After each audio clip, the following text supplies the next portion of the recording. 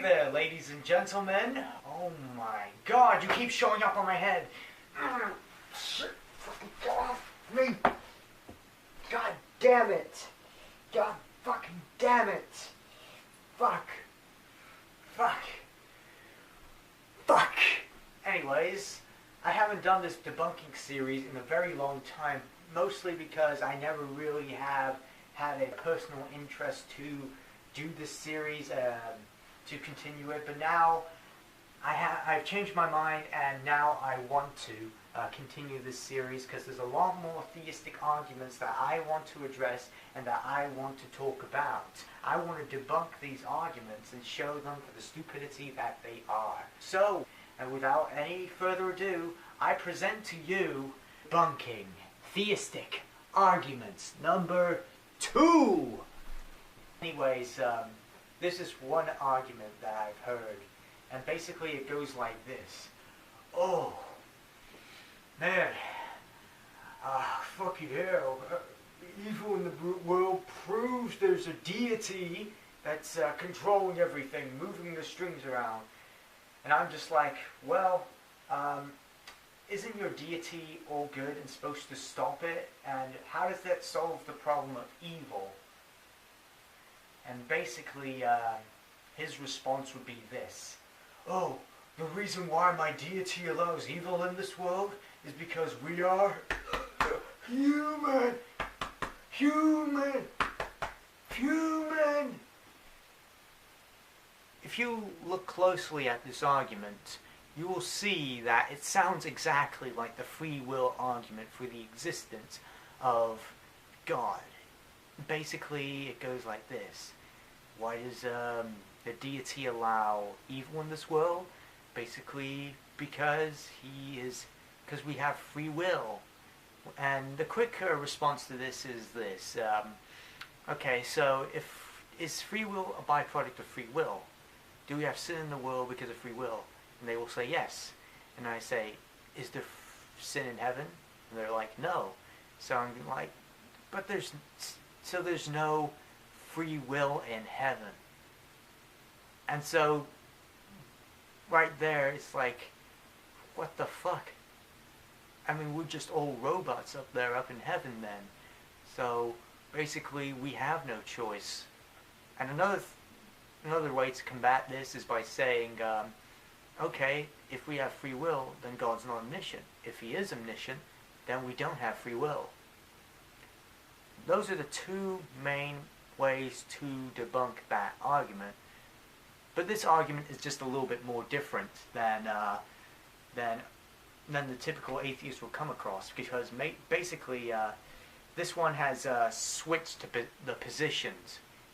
This theist happens to have been knowledgeable of that free will argument and happen to flip the positions of free will and determinism. And so basically, for the atheist who likes to defend the determinist position, it makes him now have to defend the free will position.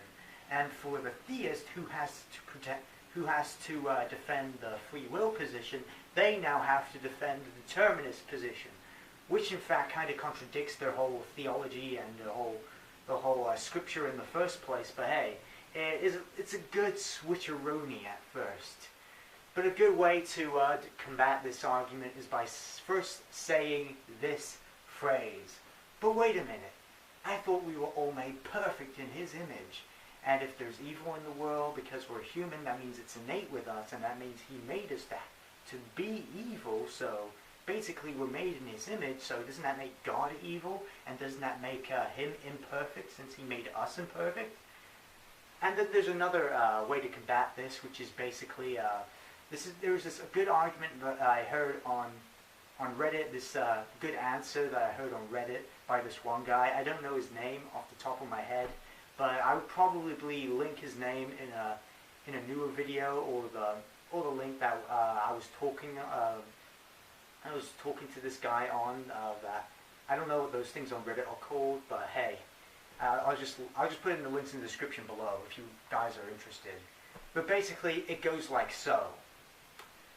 If your deity if God allows evil in the world because we're human, then you have to keep in mind that He created us for the capacity of creating evil, and we were created in His image. And so the theist has to wonder this: why would a all-perfect being create imperfect creations who were made in His image, which makes Him imperfect, and then punishes imperfect creations for being imperfect? It's kind of like saying you have a child who you adopted from Africa, and then you're punishing that child just for being African. You know, that makes you a horrible fucking parent. Basically, it makes you look like a fucking cunt. It makes you look like a bastard, and that is unacceptable. And you will have your kids taken away by DCFS. Basically, I don't know, I think that's how it is in LA, Los Angeles, but I don't know about the rest of the world. I don't know if it's called DCFS, and if anyone has anyone can fact check me on that, be willing to do so. But basically, that's another way how to combat that argument. And also, it brings up this other, like, this other thing I was thinking about, this problem atheists have with determinism and free will. Basically, I would come out and say I'm a compatibilist. I believe that free will and determinism are compatible. I don't think like it's just one way or the highway. I basically think that both views are equally viable. They are compatible. They go together like peanut butter and jelly. They don't conflict with each other like ice cream and soy sauce. Basically, they come together instead of going apart, instead of floating apart into a disgusting beverage altogether. So, do you guys understand what I'm getting at? This argument is basically, it's smart, I would say. It's a smart switcheroony on the basic concept with free will and determinism. It makes the atheist defend the free will position, and the theist defend the determinist position. And honestly, I think it's kind of hypocritical that they would defend the determinist position, mostly because it says we have free will, and then determinism, free will, and they conflict with each other in that storybook. But what I believe is basically determinism, like they're basically compatible ideas, but I don't think they're compatible in a sense of in the Bible, Quran, the Tanakh, or any other religious holy text. I basically think they are compatible in a sense that basically if you sneeze, I won't blame you for sneezing, but if you sneeze on my food, I will blame you because you have the power to direct your sneeze into your hand, your fist, your shoulder, or any body part whatsoever. You had the power to do so.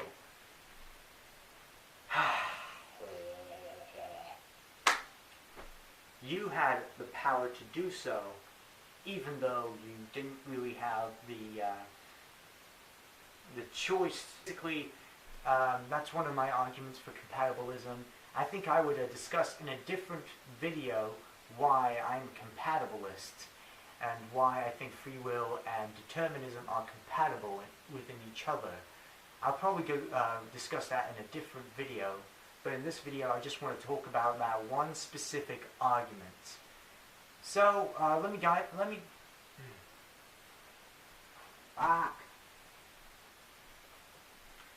So let me know what you guys think. Leave a message down in the comment section if you think I did a good job or a bad job, and also don't forget to like this video if you liked it, or subscribe to my channel. I mean, honestly, I hope to continue this series, and I just hope many people are satisfied with this series in general. And basically, this is my second time doing this. I know this is a little bit awkward for me because I haven't been doing this lately, this YouTube thing lately, and the last video I recorded was from a month ago, but basically I uploaded it recently, and right now I am recording this as we speak, but when I upload it onto the computer, it will probably be like 2 weeks down the line when I finally upload this onto the internet. But anyways, if you like this video, like I said before, like, comment, subscribe. Anyways, this is the Valiant Atheist saying, I'm not just great, I'm valiant.